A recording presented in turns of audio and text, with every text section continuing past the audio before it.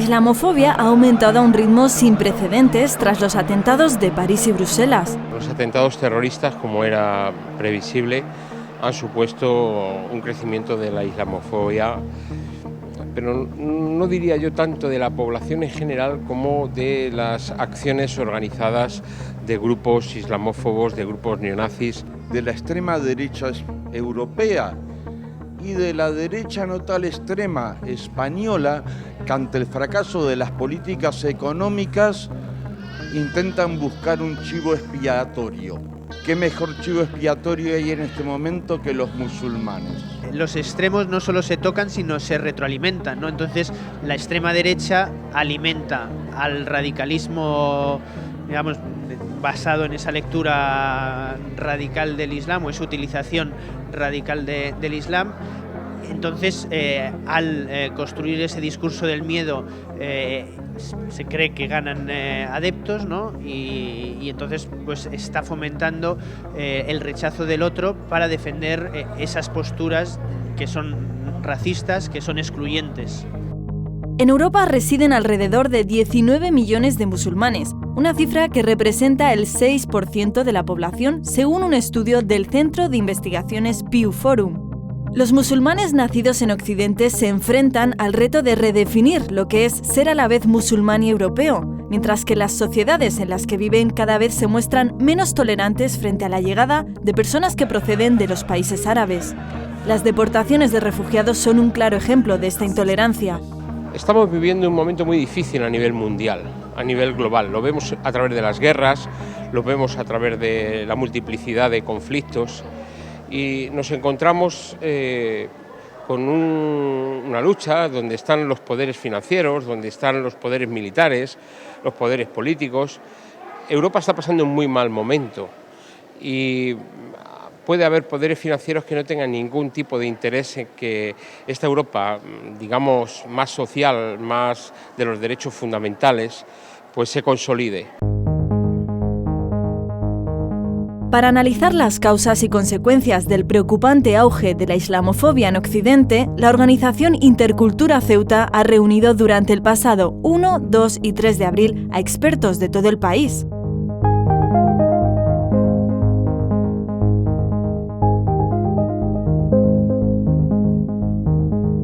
Este cuarto congreso ha sido clave para profundizar en las posibles dinámicas sociales que puedan erradicar esta tendencia nociva que vive la sociedad actual. Pues yo creo que este ya es el cuarto Congreso Nacional de Intercultura Ceuta y yo tengo que hacer una valoración positiva, en el sentido de que ha habido ponentes que han aportado ideas y reflexiones muy interesantes, muy apropiadas a los tiempos en los que estamos viviendo actualmente, y luego ha habido una convivencia muy interesante, porque ha habido gente de Ceuta, gente de Melilla, gente de Barcelona, gente de Madrid, gente de Valencia. Por lo tanto, yo creo que es interesante construir espacios en donde podamos buscar puntos comunes para plantearlo a la sociedad en general, a la sociedad en su conjunto. Yo creo que eso es lo que busca fundamentalmente el Congreso. El hecho de relacionarnos tranquilamente, de conocernos y de saltar como esos cajones identitarios es súper positivo siempre, y además como que es una cosa que después nos llevamos a nuestras vidas, no es algo que se quede aquí cuando salimos del Congreso, sino que nos llevamos a nuestras vidas. Uno de los fenómenos que más preocupan a los expertos es el aumento de lo que se conoce como islamofobia de género. Ataques físicos y verbales hacia las mujeres musulmanas por ser consideradas una presa fácil por parte de los agresores. La agresión física ya está creciendo de forma brutal en contra de las mujeres, incluidas niñas y ancianas. El último caso que hemos tenido en Torres de Alameda, le han dado una paliza brutal a una anciana de 72 años y a su nieta de 7 años. ¿Por qué cuando hacían aquellas primeras campañas que hacían a nivel europeo en contra de los musulmanes siempre sacaban mujeres con un burka? Siempre han utilizado a la mujer para atacar al Islam y a los musulmanes, que nos tenéis marginadas, que no tenemos voz, que somos sumisas, etc. Por eso yo decía, me gustaría que vieran lo que ha pasado aquí, ¿no? Que el 99% de las personas que han intervenido han sido mujeres, solamente un hombre ayer y hoy también ha sido lo mismo, ¿no? Pues mira, yo trabajo sobre todo sobre dos estereotipos que tienen que ver con el género. Uno, que las comunidades musulmanas son machistas, y la otra, que las comunidades musulmanas son homófobas. La política que hay detrás de esto es muy complicada de desactivar, porque cuando se le dice a la población no musulmana estos son los machistas, una población que además estamos muy preocupados por el machismo, por toda la violencia que está generando, etcétera, hace que sectores que tendrían que ser progresistas, como las feministas, se pongan en contra de los musulmanes y generen violencias. Y además invisibilicen el hecho de que las musulmanas también son mujeres. Los laboratorios de ideas son organizaciones sin ánimo de lucro, pero con subvenciones millonarias que se dedican a elaborar y propagar determinadas ideas para hacerlas llegar a la sociedad. El papel de algunas de estas organizaciones ha sido fundamental a la hora de expandir la islamofobia por todo el mundo. Pero al mismo tiempo, la islamofobia no es solamente una cuestión de ignorancia, es una cuestión estructural que tiene, como decíais esta mañana, con un concepto brillante, toda la industria de la islamofobia que está ahí realmente invirtiendo muchos medios a todos los niveles para que la islamofobia crezca, porque es una forma de justificar guerras coloniales, invasiones, leyes totalmente represivas para todos y para todas. Desde el punto de vista de que se usa la parte fobia como que significa ser un miedo, digamos, sin razón o un miedo irracional a algo que en este caso es el Islam, digamos, de alguna forma se está justificando esa fobia, ese miedo, ¿no? Entonces ya partimos de un problema de que de alguna forma se justifica ya desde el uso de la terminología. Hay muchos tipos de islamofobia, como hemos estado viendo, ¿no? La institucional, la de los medios de comunicación, la de la sociedad, que a veces no siempre es malintencionada, pero lo más peligroso son los laboratorios que nosotros llamamos laboratorios de odio, que son los que idean esta ideología o los que fabrican esta ideología en contra de los musulmanes, igual que la han fabricado en contra de otros colectivos y que la siguen fabricando, pero ahora la están fabricando en contra de los musulmanes. Pakistan's government is vowing to step up its offensive. What's also making things very difficult. High-profile cases coming out. Estas organizaciones han encontrado en los medios de comunicación un altavoz idóneo para tal fin. Hay dos tipos de islamofobia en los medios, la orquestada, la que está claramente orientada a crear ese miedo o ese odio hacia el Islam, y luego el que se deja arrastrar, el que es más de desconocimiento, de falta de profesionalidad. La percepción social mayoritaria que intentan darnos determinados medios de comunicación es que un musulmán, por su religión, es una persona propensa a la violencia radical, es una persona propensa a abusar de las prestaciones del estado del bienestar, es una persona propensa a no tener compromiso cívico con su país. Eso es una mentira. Los ponentes han insistido también en la autocrítica que debe hacer la propia comunidad musulmana y el poco activismo que lleva a cabo para dar a conocer la fe islámica a sus conciudadanos. Yo lo enfoqué desde la perspectiva de hacer una autocrítica, de vernos parte del problema, de ser conscientes de que de alguna manera también alimentamos ese tipo de mensajes islamófobos o lo justificamos a través de ciertas malas actitudes y ciertas malas prácticas y ciertos malos comportamientos de los propios musulmanes. La importancia de que las comunidades musulmanas y los predicadores y los líderes religiosos hagan un contradiscurso importante rebatiendo esos argumentos de los terroristas. No basta con decir esto no es Islam, hay que hacer un buen contradiscurso y que salga a la luz. Y luego estamos los activistas en los campos de los derechos humanos, que tenemos otro campo de batalla. Luego el presionar para la legislación, hay muchos campos de batallas abiertos, ¿no? Y cada uno tenemos que ocupar nuestro espacio para todos juntos, ¿no?, terminar el puzzle.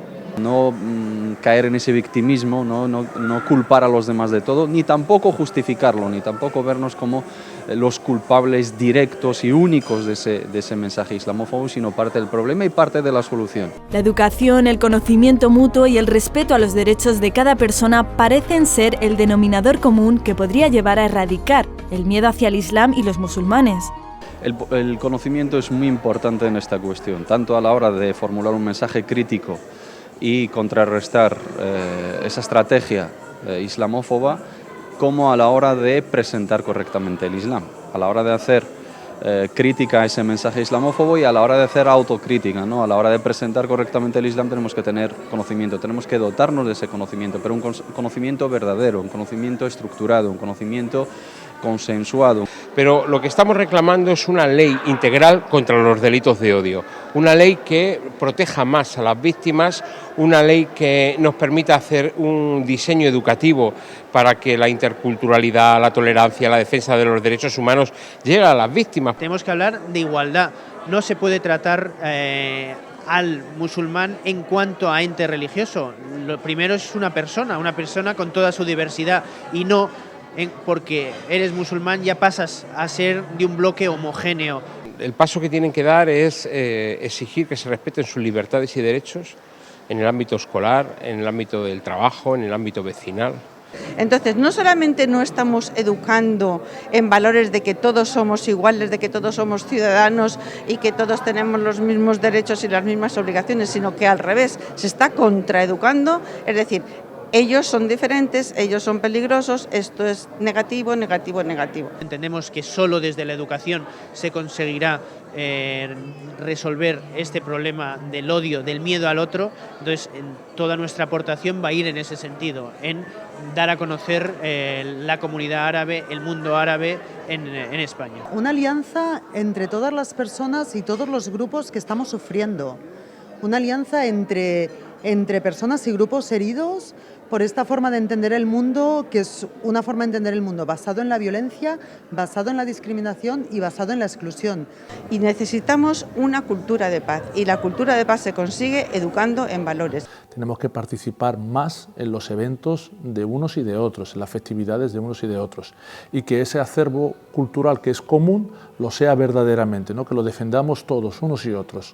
Yo creo que el día que los derechos de los musulmanes no sea posible defenderlos, ese día no se puede defender los derechos de nadie, de ninguna persona de esta humanidad. Así que estaremos todos liquidados.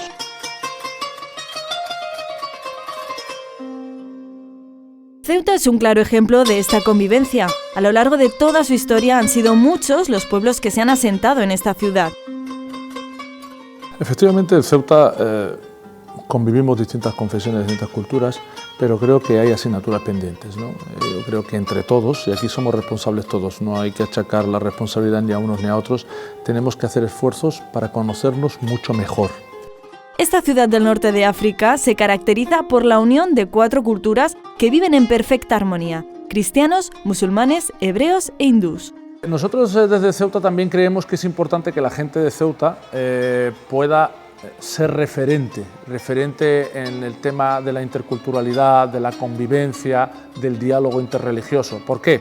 Porque tenemos una ciudad en donde conviven distintas culturas y distintas confesiones, porque tenemos una ciudad ubicada en África, pero que es una ciudad europea, y por lo tanto creemos que debemos ser referentes desde nuestra humildad. Tenemos que nutrirnos de gente formada de otros lugares que nos aporten ideas y reflexiones, pero nosotros tenemos que ser también protagonistas para predicar con el ejemplo.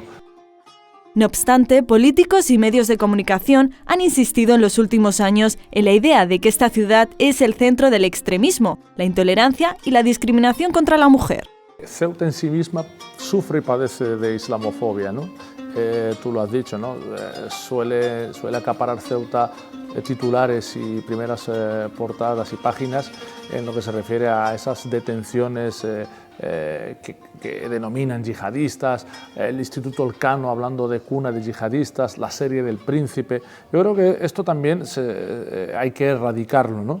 Y intentar trasladar también a la opinión pública española que Ceuta nada tiene que ver con esa realidad. Hice mucho hincapié a la hora de aportar ejemplos de la vida del profeta Muhammad sallallahu alaihi wasallam en Medina, sobre todo en su trato y convivencia con las otras comunidades, las otras confesiones, porque precisamente Ceuta refleja esa diversidad, es una ciudad intercultural, multiconfesional, y también nuestra realidad como minoría musulmana que vivimos en Occidente, pues también tenemos un contacto con nuestros conciudadanos, ¿no? A la hora de echar a perder, como he dicho anteriormente, esa demagogia del mensaje islamófobo, es aportar, ¿no? Y recurrir a imágenes de la vida del profeta Muhammad sallallahu alaihi wasallam. A la hora de llamar a la convivencia no estamos diciendo nada nuevo. A la hora de decir que tenemos que convivir con las otras confesiones, aceptar al otro, tolerar al otro, hablar de misericordia, convivencia, tolerancia, bondad, interculturalidad, multiconfesionalidad, libertad religiosa, no estamos aportando nada nuevo en el aspecto islámico. Esfuerzo, que es el verdadero concepto de yihad, disciplina, orden, y hemos visto que aquellas familias musulmanas que hacen una práctica adecuada, que es la mayoría de los musulmanes europeos y españoles, sus hijos están plenamente integrados. Y trasladar al resto de la sociedad que el Islam no tiene nada de malo, que el Islam es una cosa positiva en sí misma, que puede aportar mucho al conjunto de la sociedad.